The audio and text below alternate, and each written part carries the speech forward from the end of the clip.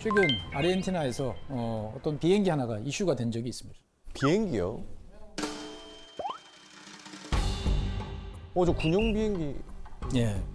되게 오래된 군용기입니다. 보면 딱 군용기. 미국 사람이 개인이 소유하고 있던 전 아르헨티나 공군 소유의 수송기를 이제 아르헨티나 정부가 다시 사온 거예요. 무슨 인연이 있어서 오래된 비행기를 사왔을까요? 예를 들어서 뭐 여기 보면 네. 6.25 전쟁 기념관 있잖아요. 네네. 그런 데다가 전시하려고 나라에서 그렇죠. 근데 이제 전시를 하려면 뭔가 명분이 있어야 되잖아요. 대통령이 탔었나? 바로 아르헨티나 그때 당시 군부 세력이 추악한 전쟁 때 죽음의 비행을 했던 그런 비행기예요. 저기다가 가뒀나 보다. 전쟁에 가뒀다고? 가둔 게 아니고 마치? 이 반정부 인사들을 막 고문을 하거나 어쨌거나 막 하다가 이 비행기를 태워서 이제 대서양으로, 태평양으로 이렇게 나가는 거죠. 그냥 바다에 던져놓는 거예요. 한 사람을 그냥 던져놓는 거예요. 끔찍해. 너무 징그러운 비행기다. 지금 기록들이 아주 생생하게 남아 있습니다. 뭐 이를테면 1977년 12월 14일 밤 9시 반 12명. 이 12명은 다 실종자였어요. 이런 사람들을 태우고 그리고 비행을 시작을 합니다. 그래서 여기에서는 더 슬픈 거는 내 자식을 찾겠다고 실종자의 부모, 실종자의 엄마 세 사람도 포함이 돼 있었어요. 무섭다, 무서워. 이러한 이제 잔혹한 일을 하는 와중에 또 페론주의는 나라를 망쳤어. 그러면 이거 어떻게 해야 될까요? 일단은 금융 자유화. 마음대로 이제 돈 빌리고 이자도 마음대로 책정하고 이제 국가가 간섭 안 할게. 무역도 국가 통제 없어. 뭐 싸게 팔고 싶으면 싸게 팔고 뭐 알아서들 다 파세요. 그다음에 국유화했던 여러 가지 산업 시설들, 회사들 이런 것들을 다 해외에다가 돈 있는 사람한테 매각을 하게 됩니다. 그러다 보니 당연히 폭동, 시위 이런 것들이 이어지게 됩니다. 그런데 어느 나라나 이렇게 문제가 생기면 제일 좋은 방법은 뭘까요? 관심을 외부로 돌립니다. 네. 그건 뭐냐? 1983년이 딱 되니까 이 군부에서 올해 무슨 몇 주년 되는 행사를 해야 될 것 같은데 싶은 기억이 떠오릅니다. 달력을 막 뒤져보니까 아르헨티나 앞바다에 있는 섬이 있습니다. 그 유명한 포클랜드. 아르헨티나 사람들은 이제 말비나스라고 부르는 이 섬인데 이게 이제 영국이 이걸 가져간 지가 이제 150주년 됐던 거죠. 그러니까 아르헨티나 군부는 생각을 했던 겁니다. 저 섬을 보기 좋게 영국이라는 힘 있는 나라에서 탁 갖고 와서 우리 거다라고 아르헨티나 깃발을 꽂는 모습을 보여주면 이 모든 문제가 해결되지 않을까? 그리고 여기를 우리가 기습적으로 점령을 하면 저 위에 있는 영국군이 지구 반대편까지 내려와서 이걸 할 수 있을까? 라고 이제 생각을 해봅니다. 오는데도 힘들고. 근데 사실 영국도 뭐 어떻게 보면 아르헨티나랑 별로 다르지 않은 그런 어려운 시대를 보내고 있었습니다. 1976년에 영국도 IMF에 갔습니다. 예, 영국이 IMF 가서 구제금융을 이제 받았으니까 아르헨티나 사람 입장에서 봤을 때 보면은 호덕이던 영국이 여기까지 와서 섬 하나 놓자고 전쟁을 할 것 같진 않다. 그럼 기회네요. 그렇죠. 네, 가야죠. 그래서 가라! 라고 그래가지고 점령을 하는 데까지는 성공을 합니다. 그런데 문제는 영국이 당시에 대처 수상이 총력전을 선언을 합니다. 무슨 일이 있어도 이것을 가져오겠다. 생각보다 세게 나온 거네요. 어떻게 보면은 영국도 이것을 기회로 삼아서 오히려 더 강수를 던지게 된 거죠. 그래서 이제 미사일이 왔다 갔다 하는 어떻게 보면 현대전이 이제 이곳에서 이제 벌어지게 되고 결국 누가 이겼죠? 결국 영국이 이기게 됩니다. 그 과정에서 아르헨티나군은 수많은 병력들, 600명 이상의 전사를 했고요. 그다음에 순양함을 비롯한 많은 배들이 바닷속으로 꼬로록 가게 됐던 거죠. 국민들 입장에서 봤을 때는 어떤가요? 화나죠. 무엇보다도 화나는 건 뭔가요? 아니 군인이 정권을 잡았으면 최소한 전쟁에서는 이기게 될 거 아니야. 전쟁에서도 못 이기는 놈이 왜 정권을 잡고 있어? 당연히 이런 여론이 나오고 아까 말씀드렸던 추악한 전쟁 뭐 이런 것들까지 겹치면서 결국 온 국민들이 공기를 일으켜가지고 군부 정권을 몰아내고 정권을 다시 민간이 이양받게 됩니다. 어떻게 여러분들 보면 파란만장하죠. 예. 아, 예. 진짜. 그러면 이제 고생 끝, 이제 행복 시작 해야 되는데 급진 시민연합이라고 하는 이제 어떻게 보면은 좀 급진적인 정책을 펴는 정당, 그다음에 패론주의를 따르는 정의주의자당, 이 두 당이 서로 엎치락뒤치락 이제 하게 되는데 문제는 아르헨티나 경제가 활력이 없어지는 거예요. 네. 그러니까 뭐 그런 거죠. 경기가 안 좋아. 뭔가 문제가 커졌어. 야, 이거는 외국 자본이 너무 많이 들어와서 그래. 아르헨티나 독자성을 찾아야 돼. 나가. 또. 네. 라고 합니다. 그러면 또 문제가 생기죠. 그러면 또 반대로 다 들어오세요. 라고 이야기를 하는 거죠. 보기가 두 개밖에 없어요. 왜? 아우, 너무 극단적으로 막. 그래서 나라가 9번 망합니다. 9번의 국가 부도를 겪습니다. 와. 이미 19세기에 2번, 그 다음에 20세기도 1940년대 지나면서부터 쫙 있죠. 배송이 오빠가 아르헨티나에 태어나서 뭐 82년생이니까 5차 5차부터 시절에 9차까지 받겠네. 와. 그래서 최근에 아르헨티나에서는 10번째 국가 부도가 이제 거의 가시화된 이제 이런 상황이었습니다. 그런데 그런 와중에 2023년 10월 달에 이제 대통령 선거를 하게 됩니다. 이 와중에 등장하신 분이 계시죠. 좀 뭐야? 하비에르 밀레이라는 이름의 이제 경제학자인데 전기톱을 들고 나오신 분입니다. 아, 전기톱이에요? 톱을 왜 갖고 나오신 거예요? 야, 아르헨티나 경기가 왜 이 모양이냐? 라고 하는 거죠. 그러면 내가 전기톱으로 다 쓸어버리겠어. 라고 하는 거죠. 그래서 이 밀레이 같은 경우는 모든 것을 자유에 맡기겠다. 자유방임주의. 그래가지고 내가 지금 간이식을 받으면 다 살 수 있을 것 같아. 기다리세요 그러잖아요. 필요 없어. 시장에서 거래해. 장기 매매 자유 거래. 예. 그 다음에 정부 보조금. 야, 이 정부 보조금 때문에 아무도 일을 안 해. 정부 보조금 다 없애버려. 무상 의료, 무상 교육 다 공짜에 사람들이 길들여져 있어. 이거 다 치워. 저기는 너무 극단적이네. 그렇죠. 그 다음에 이제 극단적인 정책의 끝판왕이 있습니다. 중앙은행 없애버려. 와. 네. 컨트롤 센터를 없앴어. 그러면 돈은 누가 찍어내? 뭘로 해? 걱정할 거 없어.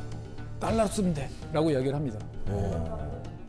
우리 입장에서 봤을 때는 아니 그 불만이 있어도 너무 많이 나갔지 라고 하지만 아르헨티나 국민들 입장에서 봤을 때는 이판사판입니다.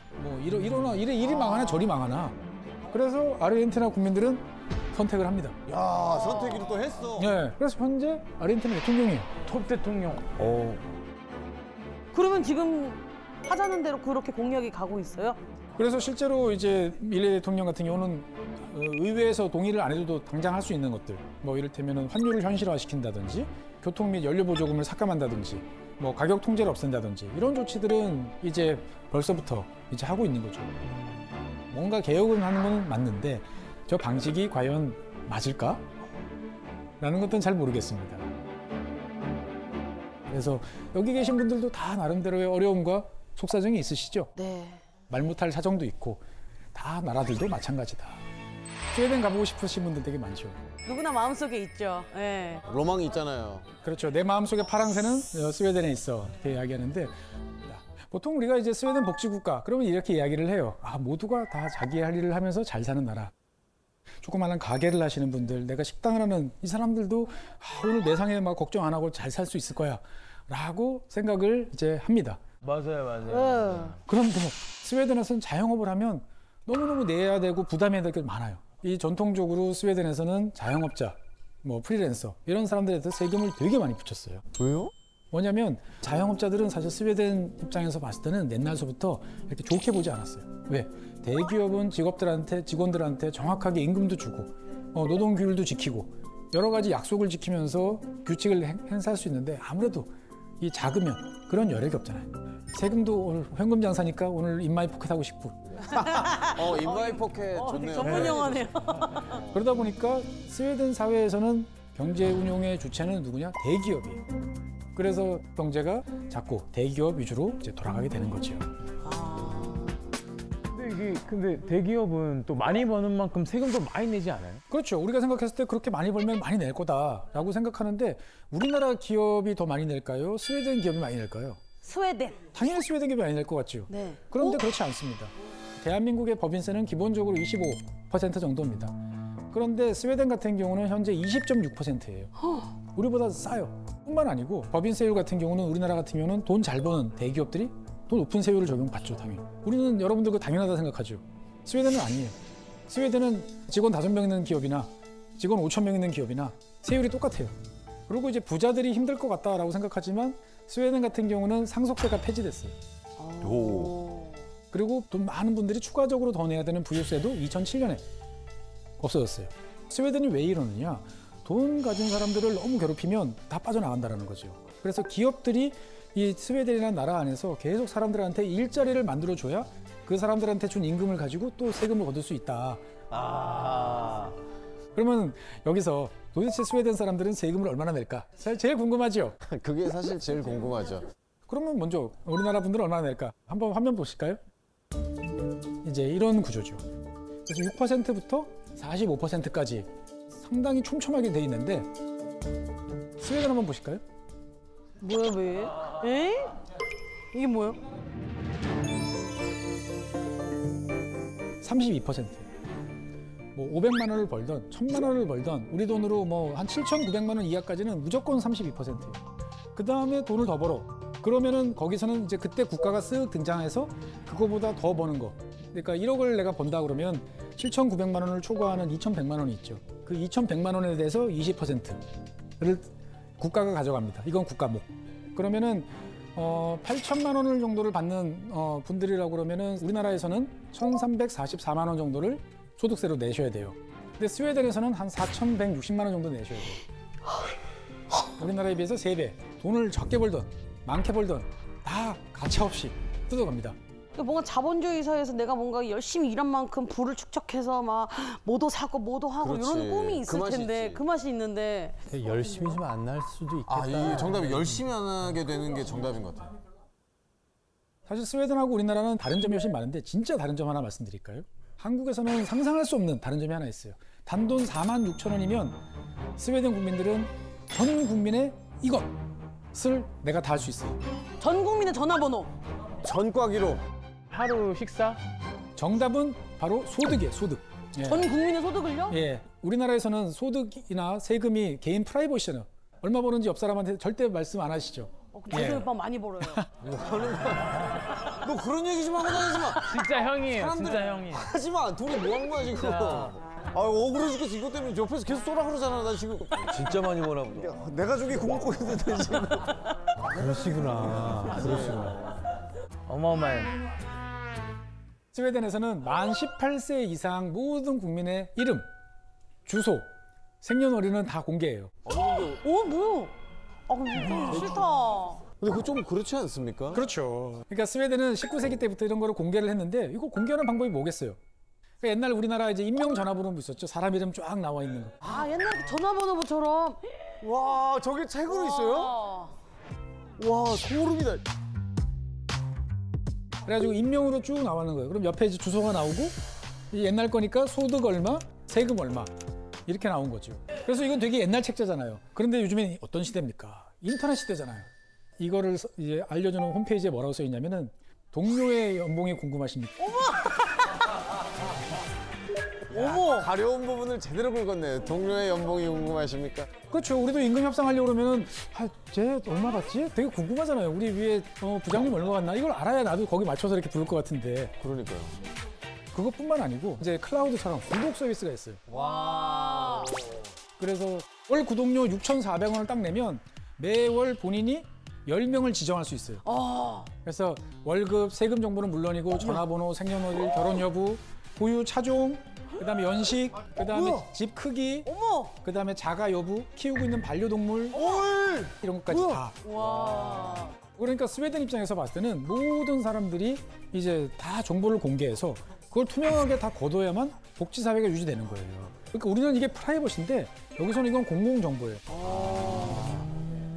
뭐 숨기고 자시고 할 게 없으니까 그리고 투명하다 보니까 이 돈이 제대로 잘 쓰일 거다라는 거에 대해서는 다 믿음이 있는 거죠. 그러니까요.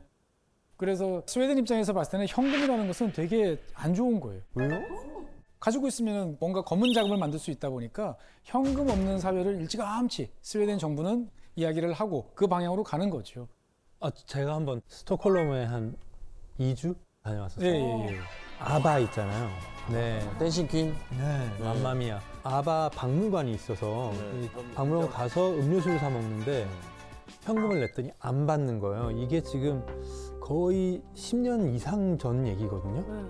네, 스톡홀름은 그때부터 이미 그 작업을 하고 있었어요. 그게 굉장히 인상적이었어요. 그렇죠. 그래서 실제로 지금도 스웨덴에서는 보면 일상생활에서는 현금이 거의 이제 사라졌다라는 이야기가 계속 나오고 있습니다. 그러니까 뭐 대중교통은 다 이제 그 현금을 안 쓰도록 법제화되어 있고, 가게 같은 경우에서도 아까 말씀해 주신 것처럼 우리는 현금을 받지 않습니다 라는 종들이 점점 많이 되는 거죠.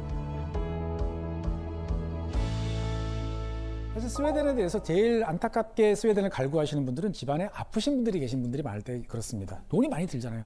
사실 스웨덴의 의료복지는 아주 좋습니다. 그러니까 병원 진료비에 개인 상한선이 있어요. 우리나라도 개인 상한선이 있습니다. 그래서 얼마 이상 내면 나중에 그 보험공단에서 연락이 와서 돌려주는데, 스웨덴 같은 경우는 1,100크로나 정도밖에 안 돼요. 그러니까 우리 돈으로 따지면 14만 원 정도가 상한선이에요.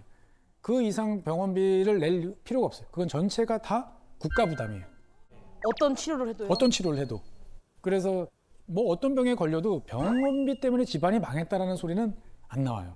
그런데 문제는 막상 여러분들이 스웨덴에 가셔서 겪을 현실은 좀 달라요. 병원에 가기가 너무너무 힘들어요. 에? 왜요? 우리는 아프면은 그냥 막 가잖아요.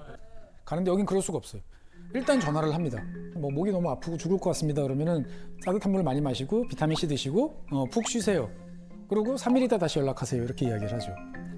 3일이 지나도 아파. 그럼 다시 전화를 해요. 그렇게 했는데도 목소리가 잘 안 나와요. 막 이러면은 예약 잡아드릴게요. 그러면은 보통 3주에서 한 달 사이에 일반의들을 만나고. 다 낫겠네 그러면. 그런데 가서 이렇게 병원 의사가 딱 보는데 어이구야 이거 뭔가 심상치 않은데요? 전문의가 좀 보셔야 될 것 같아요. 그러면은 이제 3개월에서 한 6개월 정도 이렇게 걸립니다. 그냥 가겠는데요? 그러다 보니까 스웨덴에서는 감기, 뭐 소화불량 뭐 이런 걸로 병원을 방문한다는 것은 상상을 못해요. 더 우리나라 분들한테 충격적인 거는 입원하기가 너무 힘들어요. 대한민국 분들은 이를테면 인구 1000명당 병상 수가 12개가 넘어요. 병상이 되게 많은데, 근데 스웨덴은 2.05개입니다. 그래서 유럽 국가들 중에서 제일 낮아요. 와, 침대도 없네. 그렇죠. 그러니까 입원한다는 것은 대단히 아픈 병, 정말 죽을 것 같은 병, 이런 거 아니면 안 되는 거죠. 근데 그럼에도 불구하고 난 도저히 그 시스템을 기다릴 수가 없고 이러다 정말 죽을 것 같이 아프고 힘든 사람 있잖아요. 그럼 이런 분들은 어떻게 해야 될까요? 어떻게요? 비싼 돈을 내는 민간 의료보험이 있고, 그 민간 의료보험 환자들을 따로 받는 민간 병원들이 있어요. 여기 가면 우리처럼 빠르게 좋은 치료를 받을 수 있어요. 그러니까 이거는 부유층의 전유물이에요. 이게 치명적인 문제가 있네요. 와. 그렇죠. 우리는 의료보험이라는 별도의 보험이 있잖아요. 국가보험이 있잖아요. 여기는 다 세금으로 가기 때문에 가급적이면 사람들이 병원에 안 오도록, 정말 아픈 사람들만 오도록 하지 않으면 감당을 할 수가 없어요.